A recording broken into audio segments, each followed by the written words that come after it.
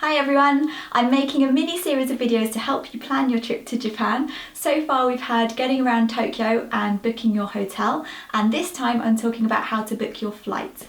If you are planning a trip, there's loads of Japan videos on my channel. There's one about how expensive is Tokyo and loads more that you might find helpful. So have a look, and I will be going back to Japan really soon. I can't wait. So subscribe if you want to see my new Japan vlogs, and remember to hit that notification bell. First up, how long is the flight? From the UK, direct flights are about 12 hours, which sounds really long, but it's really not that bad. You watch some films, have a meal, have a sleep, watch another film, and you're there. My tip is the headphones they give you on the plane aren't that good, so take your own, and if you have noise cancelling headphones, they make it so much easier to sleep, and you can actually hear the films without having them on full volume. The time difference from the UK is 8 or 9 hours. That's Japan is 8 or 9 hours ahead. And I've never really found the jet lag that bad. When I get there, I'm excited and I want to explore and go and do things, so I don't really notice it that much. It's only when I come home and back to normal life that I feel tired, but that's fine. Who cares about that? One time on my first morning in Japan, Phil woke me up saying, "It's 10:30, we've got to get up, we've got to go and do things." So I got up, jumped in the shower, and it was only when I came out I realised the hotel had an analogue clock and it was upside down, so it wasn't 10:30, it was 4:30 a.m. and because of the jet lag my body clock couldn't tell what time it was, so I'd got up and got ready at 4:30 a.m. Next, how expensive is it? Sometimes people ask me this, and it does depend when you're going, who you're flying with, and which country you're flying from.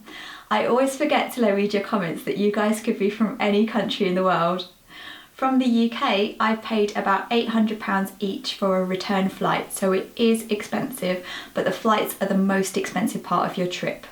It's really easy to see prices online, so just have a look, and I'll talk a bit more about that in a minute. Direct and indirect flights. Direct flights are more expensive, so it's cheaper if you change planes, and I've seen indirect flights for as little as about £400 return. But do watch how long the stopovers are. Some of them are quite long, so you could be hanging around an airport for a long time, and some of them have more than one stop. Before, I've always flown direct because I worry about the bags getting lost or missing a connection and not getting there.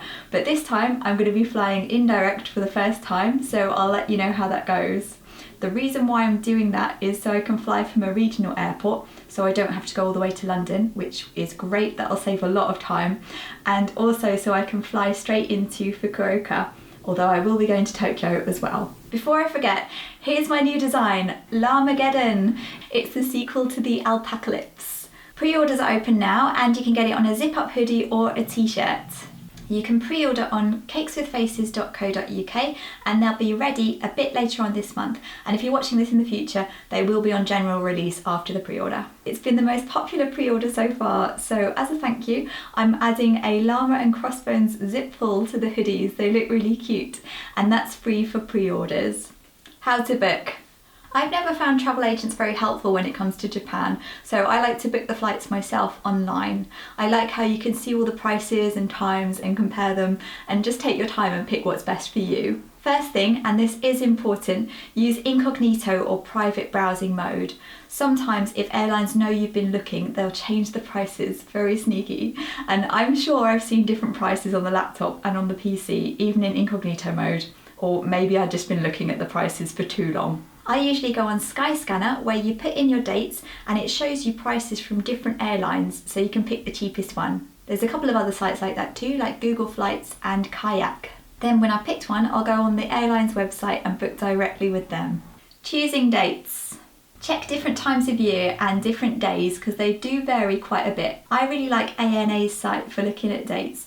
You can see all the prices for different departure and return dates, so you can find the best combination. Once you've got your eye on some dates, watch them, because sometimes they do change day to day. That way you'll get a good idea of what's a good price, and you'll know when to go for it and make your booking. If you join the airline's mailing list, you'll hear about any special offers or discounts they have. Sometimes the really good prices they advertise can be quite hard to find, so if you want to get them, you need to be flexible with your dates. Something to remember is when you're travelling west to east, which for me is going from the UK to Japan, the day you arrive in Japan is the day after your departure day, and then on the way back, travelling east to west, you just have a really long day. It sounds really basic, but I forgot about that once when I was booking my hotel and I booked the wrong dates. It was when I had a job and I was so stressed the whole day before I could phone up and get it changed. Luckily, I was within the cooling off period, so it was fine. Which airlines? I've flown with Virgin and ANA several times. ANA are really good. You get quite a good choice of films. You can have a Japanese meal if you want to. They do have Western meals as well, and they seem pretty comfortable. It seemed like you get a little bit more legroom than other long haul flights I've been on, although I'm not very tall, so for me it's not much of a problem. Virgin doesn't actually fly to Japan anymore. They code share with ANA, so whichever one you book with, it's the same flight.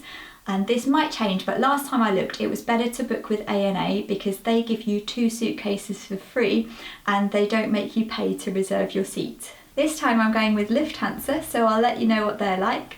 There are some others that fly from the UK as well, like British Airways and JAL. I've heard they're really good too. Or you could try and book a flight on one of these Hello Kitty planes. I saw one at the airport once. Eva Air have these Sanrio planes, and it's not just the outside that's themed. The cushions and things like the serviettes inside have Hello Kitty on, and the meals. They've even got a Gudetama one. He is my favourite. And ANA have these Star Wars planes. There's R2-D2, BB-8 and C-3PO.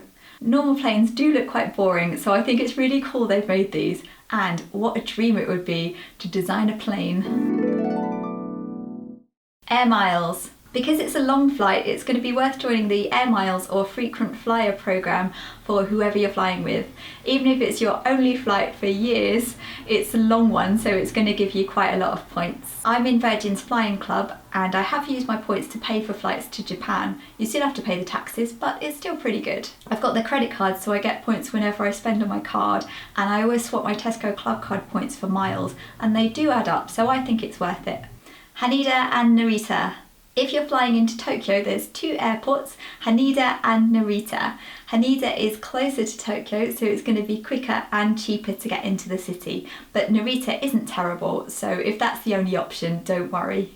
How to get from the airport into Tokyo. You can get the train from both airports into Tokyo. You don't need to pre-book.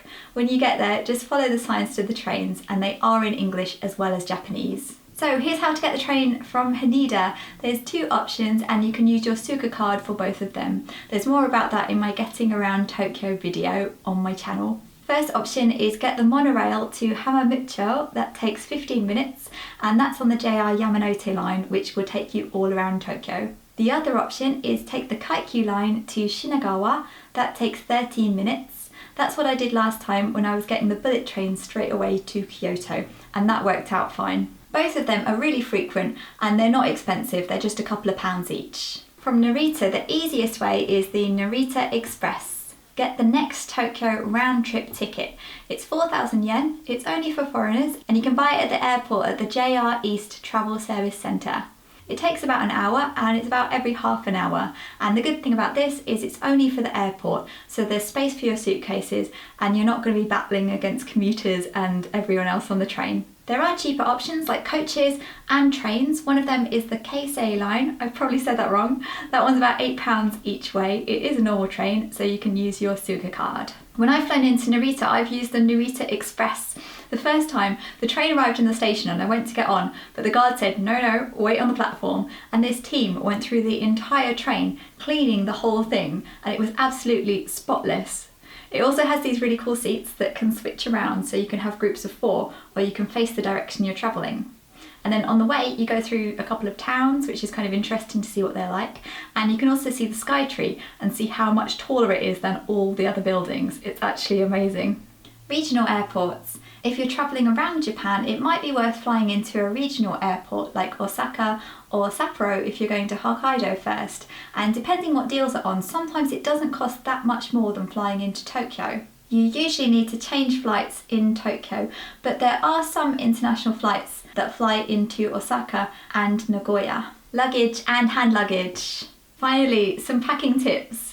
If you're planning on buying things in Japan, which I always am, obviously pack as lightly as possible. Get one of those mini suitcases for your hand luggage. One time mine was full of Japanese flavoured Kit Kats. They sell them at the airport for your last minute Kit Kat stock up. And my other tip is if you're allowed 2 cases, take a large suitcase, put a slightly smaller suitcase inside and then pack all your stuff inside that. And then that way, if you buy a lot of things, you've got 2 cases for the way back. And if you don't have 2 cases, just take an empty hold-all or a sports bag or even just an empty backpack and you've got a little bit more room. So that's it. Thanks for watching. There's loads more Japan videos on my channel and there's new Japan vlogs coming up soon. If you like my videos, take a look at my designs to support Cakes with Faces and I'll see you soon. Bye bye.